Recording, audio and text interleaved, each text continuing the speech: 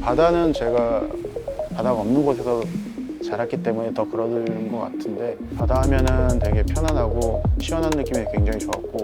저는 인간이기 때문에 물고기와 같은 속도를 낼 수 없는데요. 제가 물속에 들어가는 순간 맞아지면서 같은 삶을 살고 있구나라는. 바다 하면은 동경 혹은 두려운 마음도 들었고요. 뭐 저라는 존재가 얼마나 작은지 새삼 느껴지게 됩니다. 그런 바다를 게임으로 옮겨야 된다고 했을 때 한 치 앞도 모르겠는 한 치 앞도 보이지 않는 막막한 심해에 뛰어드는 그런 느낌?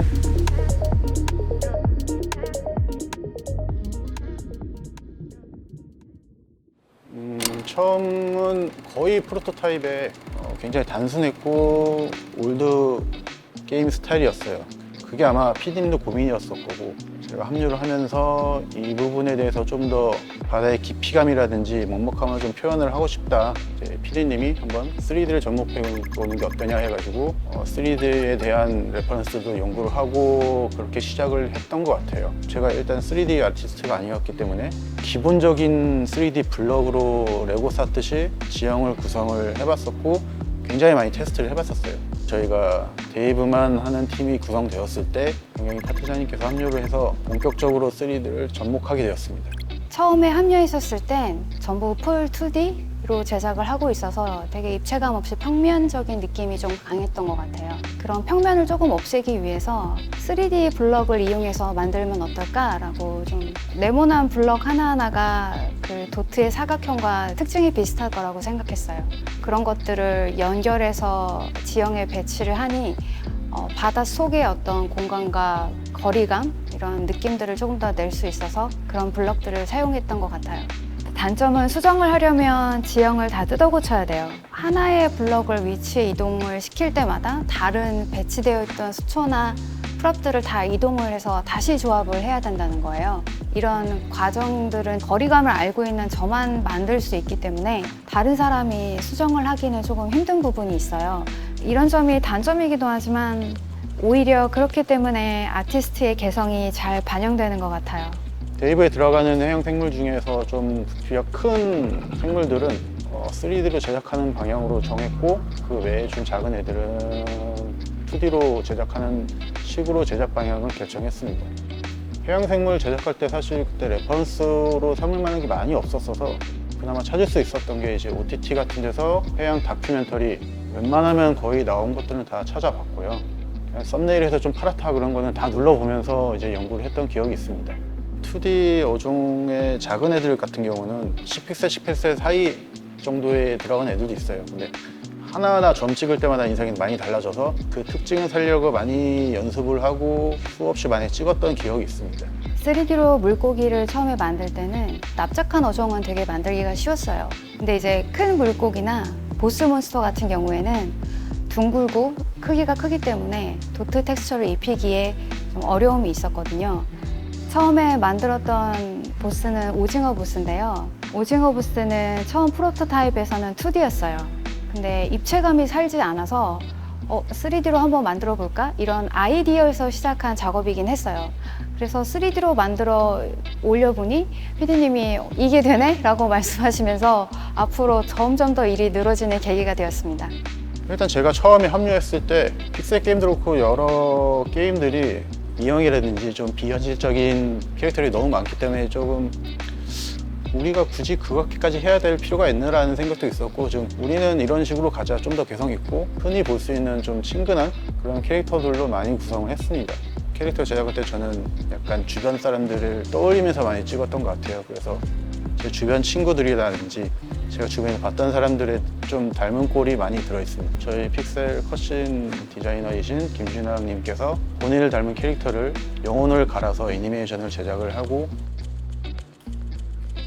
그때는 진짜 별 생각 없이 별로 큰 역할이 아니라고 생각하고 저 닮게 만들었는데, 이제 만들고 보니까 게임장에서 유저들이랑 항상 대결하는 그런 NPC더라고요. 그것 때문에 그런지 항상 욕을 먹는 캐릭터가 됐습니다.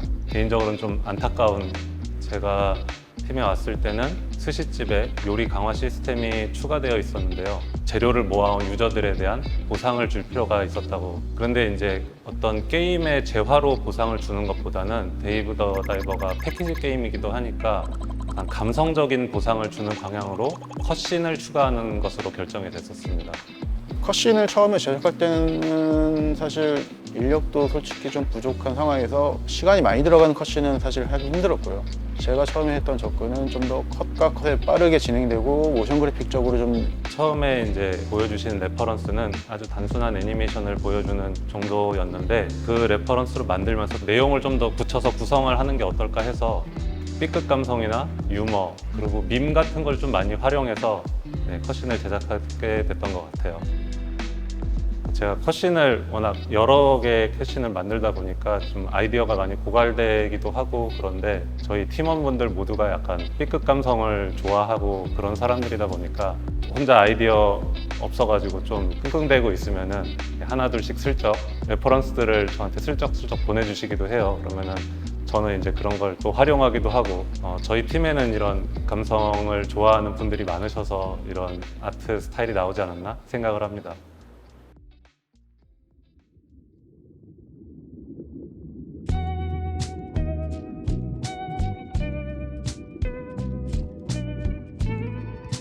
사실 원동력이라고 하면은 했던 거를 또 하기 싫어했던 거가 확실히 좀 있었던 것 같아요. 좀 물론 저희 게임도 사상이 있는 축에 속하고 그거에 대해서 레퍼런스를 떠오긴 했지만 그래도 좀 다르게 갔으면 좋겠다, 조금 다르게 보여졌으면 좋겠다라는 것들이 조금 강하게 들어 있었던 것 같고 내가 이쁘다고 생각하는 것들을 그냥 고집 있게 밀고 나간 것도 중요했다고 생각합니다. 데이브 더 다이버의 이런 유니크한 아트가 탄생할 수 있었던 배경에는 민트로켓이라는 브랜드가 있었기 때문에 가능하다고 생각합니다. 민트로켓의 모토가 수익성은 고려하지 않고 게임성과 재미만 집중하자는 그런 컨셉으로 탄생한 브랜드다 보니까 제가 이런 말도 안 되는 컷신을 기획하고 이런 B급 유머 코드를 넣을 수 있었던 것도 다 이런 분위기가 형성되어 있었기 때문에 가능했던 것 같습니다. 드레치 DLC를 했었을 때는요, 배경에 컨셉 원화가 없었어요. 제가 스스로 게임을 해보면서 컬러랑 컨셉을 파악해서 저희 게임의 스타일로 녹여 만든 작업들이 있었거든요. 게임의 기준을 지켜서 만들 때 개인의 아이디어를 녹여서 이 게임을 만들 수 있다는 것 자체가 굉장히 동기부여가 되는 것 같아요. 데이브의 그래픽은 조금 플랫한 픽셀 그래픽을 지향하고 있는데요. 처음에 픽셀을 하고자 했을 때 몇십 년간 그거를 연구하고 고해상도의 픽셀도 많은데 우리가 그거를 굳이 쫓아갈 필요가 있냐, 이거가 더 잘할 수 있을 것 같다, 그리고 더 좋아 보인다는 접근으로 좀 플랫하고 심플한 방향으로 잡아서 진행했습니다. 제가 컷신을 만드는 사람으로서 더 도전해보고 싶은 것은요, 이 유머 코드랑 더 멋진 연출로 지금까지 만든 컷신을 뛰어넘는 그런 컷신을 만들어보고 싶습니다. 제가 마지막으로 제주에 갔었을 때 정말 엄청난 쓰레기의 바다를 봤었어요. 근데 그걸 보고 너무 이 바다를 생각하는 사람들의 실망을 했거든요. 어떤 환경이나 이런 것들을 같이 생각하는 그런 게임의 컨텐츠를 녹이는 게 데이브는 가능할 거라고 생각해요. 그렇기 때문에 저는 데이브의 바닷속을 계속 만들고 싶어요. 저희 엔드 크레딧에서 나오긴 했지만 우주 쪽으로 좀 확장을 하고 싶은 생각이 있긴 했어요. 사실 해양 생물은 어느 정도 좀 정해진 틀이 있는데 우주 쪽으로 가다 보면 그쪽에 크리처라든지 환경 같은 경우가 정말 상상의 영역일 수 있고 더 무한 가능성이 있게 확장할 수 있는 컨텐츠라고 좀 생각을 들었고 재밌을 것 같다는 생각이 많이 들었습니다.